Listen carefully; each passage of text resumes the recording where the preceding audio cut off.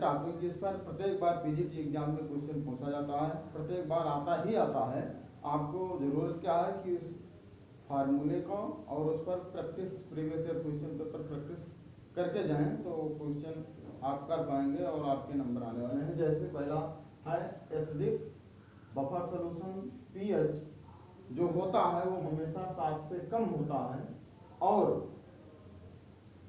कब सॉल्यूशन आपका एसिडिक होगा, ये यदि वीक एसिड है, जैसे आपका एस्टिक एसिड है, और इसी एस्टिक एसिड का किसी स्ट्रॉन्ग बेस के साथ साल्ट हो, उन दोनों का जब मिक्सचर होगा, उनका जो सॉल्यूशन होगा वो एसिडिक होगा और पीएच 7 से उनकी वैल्यू कम होगी, है ना। ये क्वेश्चन इस बार प्रत्येक बार पूछा जाता है। जैसे ये हो चुका हाइड्रोजन साइनाइड है और इसी का जो हम स्ट्रॉन्ग बेस के साथ साल्ट लेंगे तो सोडियम साइनाइड होगा, तो इनका पीएच हमेशा 7 से कम होगा।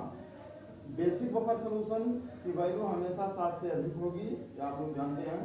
बट कब कैसे पता करेंगे, इसके लिए है कि वीक बेस हो और उसी वीक बेस का स्ट्रॉन्ग एसिड के साथ साल्ट हो। जैसे ये अमोनियम हाइड्रोक्साइड का HCl स्ट्रॉन्ग एसिड है, उसके साथ साल्ट बनाएंगे तो अमोनियम क्लोराइड होगा। या आपका एनिलीन है तो ये वीक बेस है और इसी का हम HCl के साथ यानी स्ट्रॉन्ग एसिड के साथ साल्ट बनाएंगे तो ये आपका इसी का साल्ट बन जाएगा। इन दोनों का हम मिक्सचर लेंगे तो आपका क्या होगा, बेसिक होगा। याद रखना है कि वीक बेस हो और उसका स्ट्रॉन्ग एसिड के साथ साल्ट हो तो आपका क्या होगा, एसिडिक बेसिक सॉल्यूशन होगा।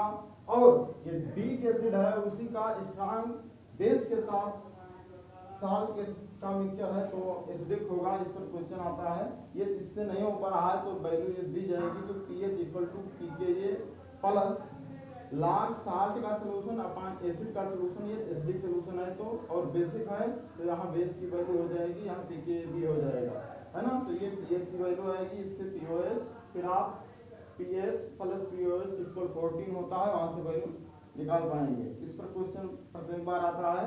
एक क्वेश्चन आता है इक्विलिब्रियम पर Kp equal to Kc RT का पावर डेल्टा Ng, तो इस फार्मूले पर क्वेश्चन आते हैं जिसमें आपको डेल्टा Ng की वैल्यू यानी जो रिएक्टेंट और प्रोडक्ट में गैसीय स्टेट में जो हैं उनके मोल की संख्या माइनस रिएक्टेंट में जो गैसीय स्टेट में है उनकी मोल की संख्या का डिफरेंस निकालकर यहाँ वैल्यू रख देंगे तो ये Kp equal to Kc RT की पावर डेल्टा N। इस पर भी प्रत्येक बार क्वेश्चन पूछा जाता है। ये जनरली कभी पूछ लिया जाता है, delta G equal to -2.303 RT log Kc।